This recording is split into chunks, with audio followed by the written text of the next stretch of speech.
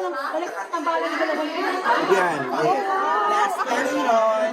Ako rin, inaabangan ko rin, pero naghahanap pa talaga ng magandang proyekto. Pero bukas nga siya. Of course, sinabi ko naman. Yes, yes, makes sense naman.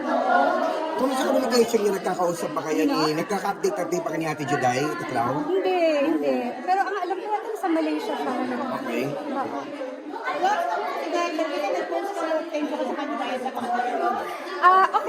Okay naman yung ate ko. Actually kasi, namatay si Tita Ethel, diba? Nagka-COVID kasi ako, so hindi ako nakapunta sa syempre ng ex-manager ko. And so, hindi rin ako maalagaan ng ate ko. So, ayun. She's doing very well. Beautiful ang ate. Sabi ni Julia, gusto ka raw niya magagawa. Oo naman. Syempre naman. Oo. Pero are you happy na masaya siya kay Gerald? Rumors na baka makakalaman mo.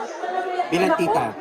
Naku, that's not the best for this. So, I'm happy for her. I'm really happy. Siyempre, anak ko yun. Narating ka ba, Jay? Ayun ka ba? Gusto ka nila na yun.